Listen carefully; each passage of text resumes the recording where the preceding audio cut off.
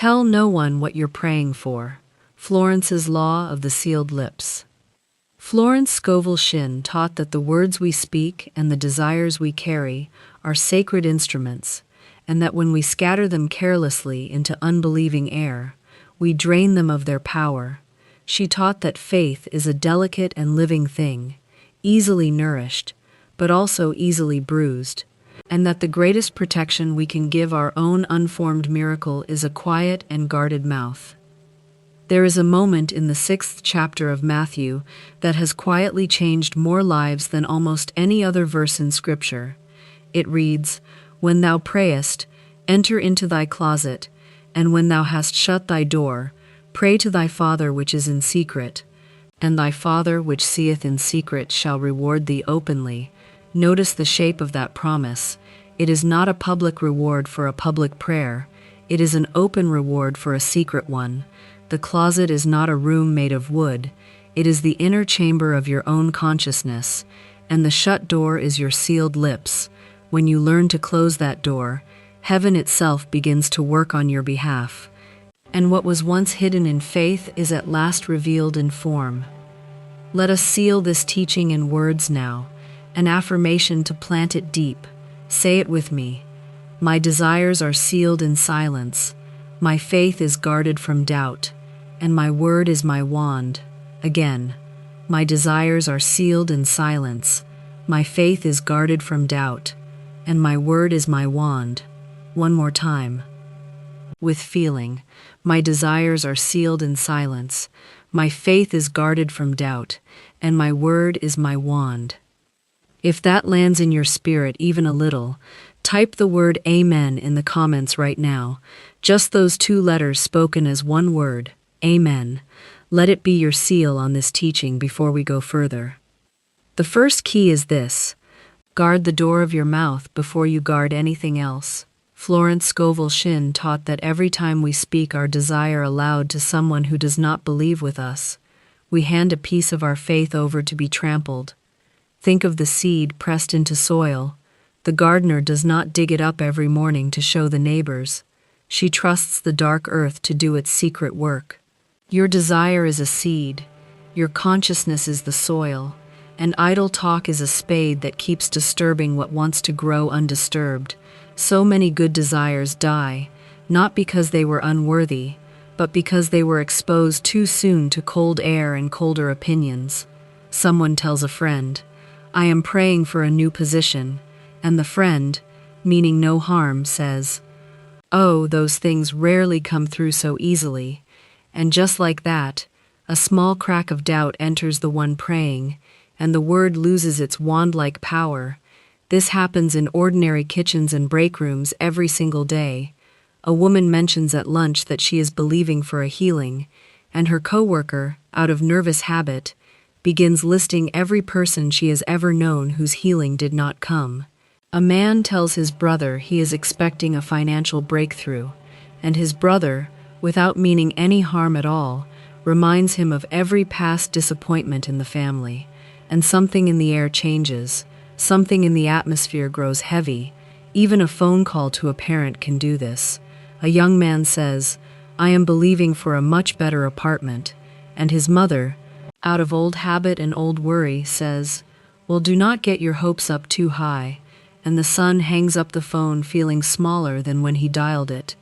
This is why Florence Scovel Shinn taught her students to keep their words sealed until it had taken root as a settled conviction within. Not because other people are enemies, but because most conversations are not sacred ground. Most rooms we sit in are not consecrated for the tender work of new belief. So hear this gently but firmly. The next time you feel the urge to tell everyone what you are praying for, remember the shut door. Remember the secret closet. Let your lips be sealed a little longer, and watch how much stronger your inner knowing becomes. Watch how the very act of not explaining yourself becomes its own quiet form of faith. Watch how a desire held closely begins to feel less like a wish and more like a certainty. Because certainty, unlike excitement, was never meant to be shared before its season. The second key is this: silence is not withholding. Silence is protecting. There is a fear some people carry that keeping a desire quiet means being secretive or dishonest. But Florence Scovel Shinn taught something entirely different. She taught that silence is simply love in action toward your own unformed miracle. Think of a flame lit in the wind. You do not refuse to share its warmth by cupping your hands around it. You cup your hands precisely so the warmth can survive long enough to be shared later as a steady fire. This is the heart of sealed lips. It is not selfishness. It is stewardship. When you tell your plans to everyone before they have hardened into form, you invite 100 small breezes of doubt, a raised eyebrow here, a well-meaning warning there, a story about someone else who tried and failed. And each of these breezes, though small, can snuff out a flame that was never given the chance to become a fire. Florence Scovel Shinn often reminded her students that other people's fear is contagious, and that the mind, being deeply impressionable, absorbs the emotional temperature of every conversation.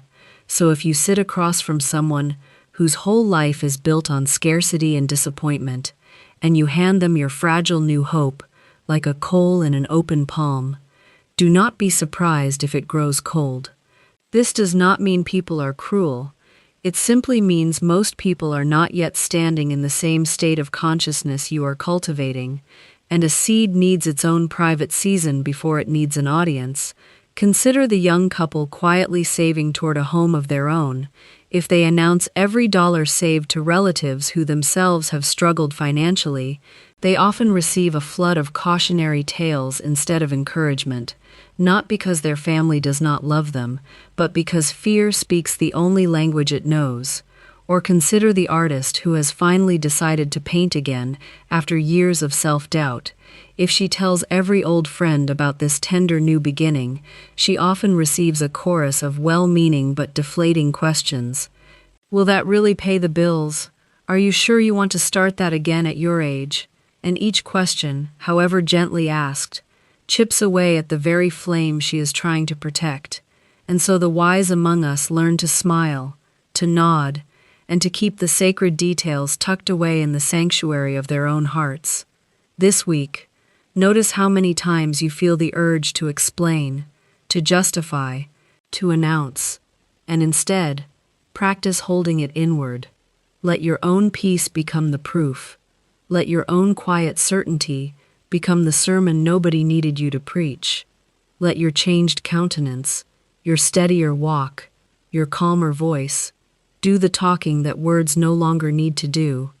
And notice too how much energy is freed when you are no longer performing your faith for an audience, energy that can instead be poured directly into the flame itself, feeding it, tending it, letting it grow steadily until it can withstand any wind at all. The third key is this: the old self that must talk to feel important is the very self that must quietly dissolve. Florence Scovel Shinn taught that we all carry an old pattern of consciousness, a self that feels unseen unless it is speaking, unheard unless it is announcing, unworthy unless it is being noticed. This old self mistakes conversation for confirmation. It believes that if it tells enough people about the desire becomes more real. But the opposite is true. Every telling before the appointed time is really a whisper of doubt, dressed up as excitement. It says, "Notice me, validate me, tell me this is really going to happen." And when we listen closely, we hear the fear underneath the fanfare. So when we say this identity must die, we are not speaking of anything frightening or final.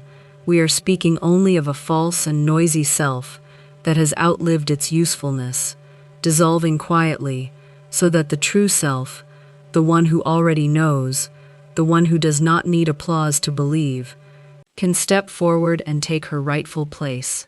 Florence Scovel Shinn describes this inner shift as a change of state, moving from the state of anxious announcing into the state of calm knowing. And when that shift happens, something remarkable occurs. You stop needing to talk about the desire because you have started to become the person for whom the desire is already natural. Imagine the woman who once told every coworker about the raise she was hoping for, watching their faces for reassurance, checking their expressions for a flicker of belief she could borrow because she did not yet have enough of her own. And now imagine a new version of her who simply moves through her days with quiet excellence, sealed lips, and an inner certainty that never asks anyone else what they think is possible. That second woman is not colder, she is simply free. She has let the anxious identity dissolve so the confident one can live. And this dissolving is not a loss to mourn, but a lightening to celebrate. The same is true of the man who once needed to tell every relative about each small step of his healing, checking in with them for hope he should have been generating within himself, and who slowly learns instead to keep his progress between himself and his own quiet faith, watching his body respond not to outside validation but to inward conviction. Or think of the young entrepreneur who once shared every small milestone online, waiting anxiously for likes and comments to tell him whether his work mattered, and who slowly learns to build in private, letting the finished result be the only announcement he ever needs to make. This is the true meaning of the old self passing away so the new self may rise. It is never destruction. It is always release. The noisy, anxious identity simply steps down from a post it was never suited to hold, and the calm, assured identity, the one Florence Scovel Shinn always insisted was our true and original nature, quietly takes its rightful seat. And notice how much lighter life becomes once this exchange has happened.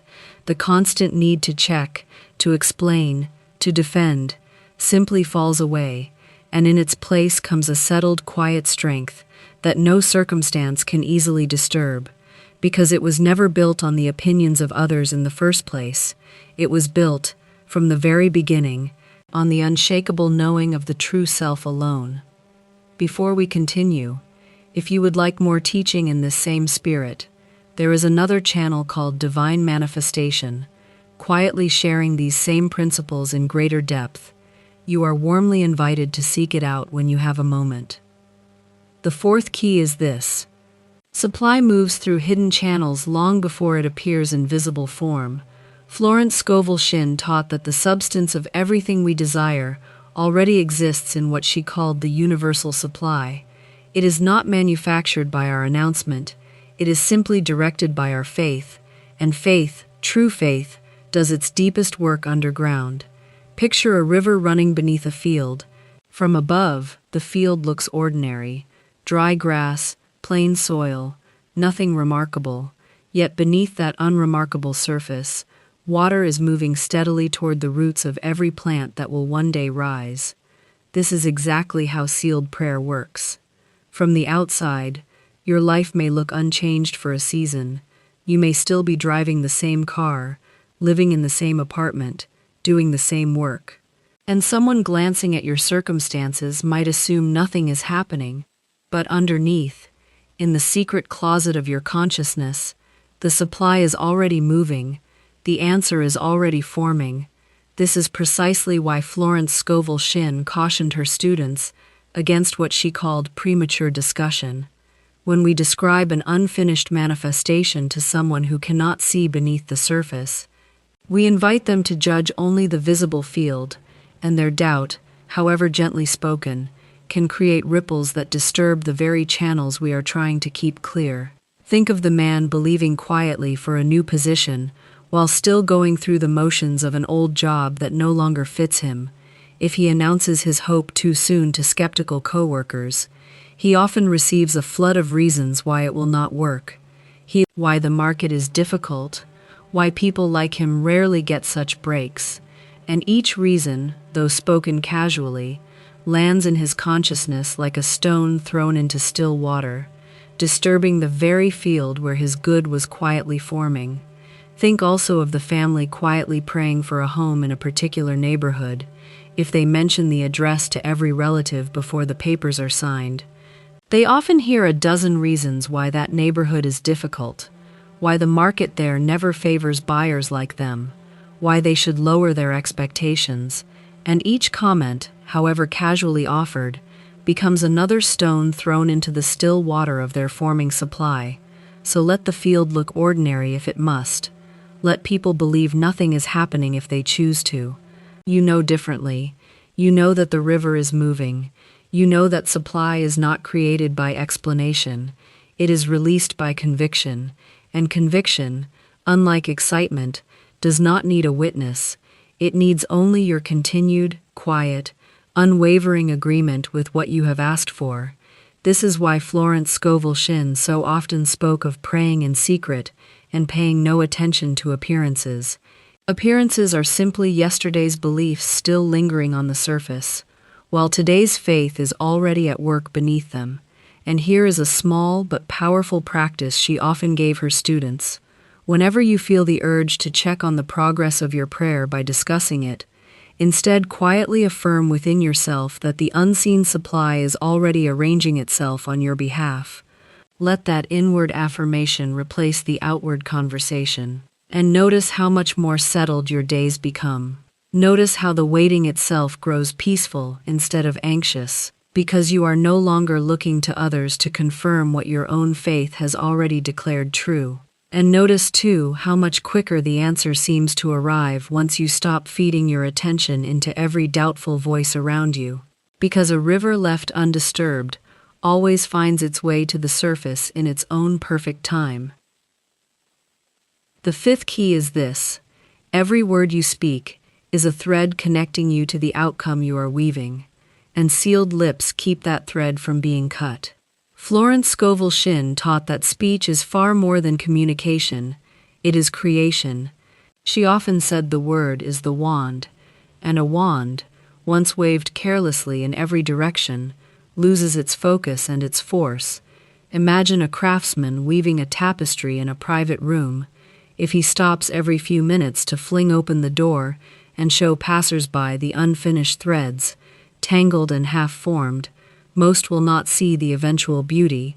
They will see confusion, and their confused reactions will echo back into the craftsman's own mind, making him doubt the very pattern he is creating. But if he closes the door, works steadily, and waits until the tapestry reveals its intended form, the reveal itself becomes undeniable, no explanation needed. The finished work speaks for itself. This is the deeper reason Florence Scovel Shinn urged silence around unfinished desires. It protects not just the desire but the weaver. When you keep the door closed, you are not hiding in shame, you are shielding a masterpiece still in progress. Think of the small business owner quietly building her craft, night after night, not posting every private hope online, not asking 100 acquaintances whether her idea will work. Simply weaving, simply trusting, and one day the finished product appears, and everyone who once might have discouraged her can only stand back and admire what was accomplished in the secret room of her own dedication. Or think of the student quietly preparing for an exam she has told no one she truly believes she will pass with honors. She does not need her classmates to affirm her confidence. She simply studies, she simply trusts. And when the results come, they speak with an authority no early announcement ever could have carried. Or think of the couple quietly repairing their marriage, telling no extended family member of the private conversations, the small daily choices to forgive, to begin again. And one day their friends simply notice a new warmth between them, a new ease, without ever having been told the story behind it. And that unspoken transformation carries more weight than any explanation could have offered. This is the open reward Florence Scovel Shinn spoke of, the seen and celebrated fruit of what was once tended in complete privacy. And there is a quiet dignity in this kind of patience, a dignity that early explanation always seems to cheapen. Because the moment we explain an unfinished work, we invite others to weigh in on something that was never theirs to judge. So let your thread stay unbroken. Let your hand stay closed just a while longer, and let your faith, not your explanations, do the weaving. Let the tapestry be finished before it is ever unveiled, and trust that the unveiling, when it comes, will need no defense at all. Trust that the golden thread running quietly from your closed hand toward that distant open door is already pulling you forward, stitch by unseen stitch, toward the very picture your heart has been faithfully forming all along.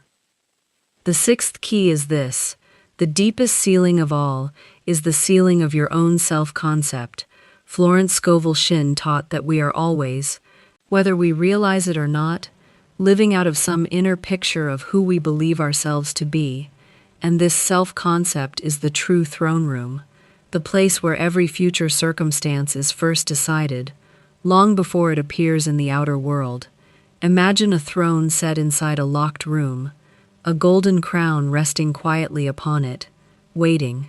This throne represents your true identity, the one already worthy, the one already provided for, the one already whole. And here is the tender part of this teaching. This rightful identity does not need to be announced to be real. It becomes real the moment you privately, faithfully, consistently occupy it in your own thought.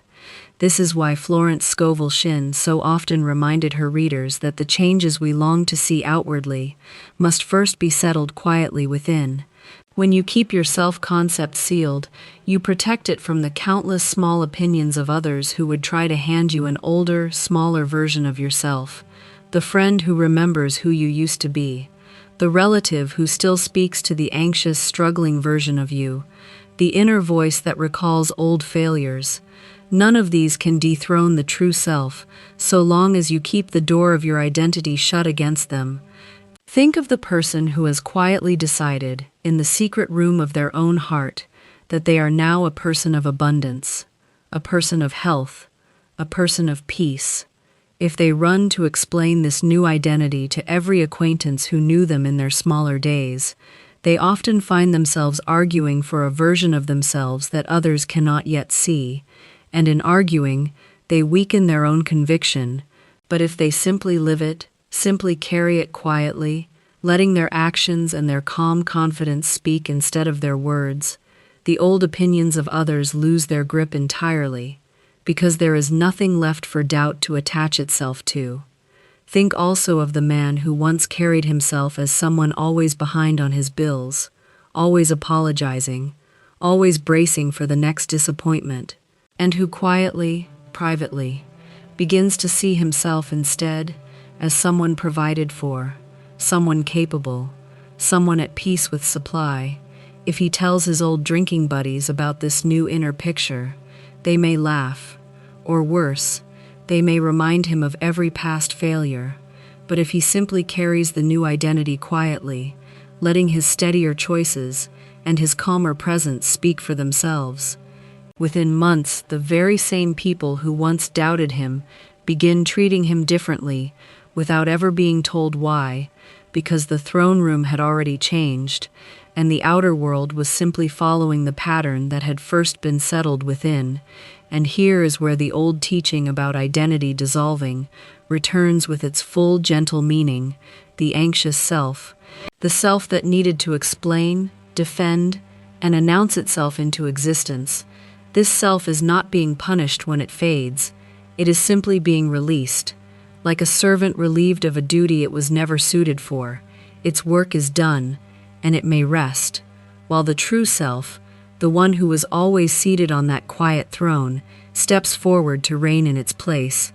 This is not loss, it is homecoming, and Florence Scovel Shinn would often remind her students that this homecoming happens quietly, in ordinary moments, in the way you speak to yourself when no one else is listening, in the way you carry your shoulders when you walk into a room, in the way you answer a difficult question without needing to over-explain your worth, in the way you order your coffee, greet a stranger, or sit quietly at your own kitchen table. All these small moments become the private coronation no one else needs to witness for it to be entirely real. So when your circumstances tempt you to speak too soon, to explain too much, to prove your progress to people who did not walk the private hours with you, remember the locked room. Remember the crown waiting patiently in the dark. Remember that the world will see it soon enough, but only after you have first, in complete privacy, agreed to wear it.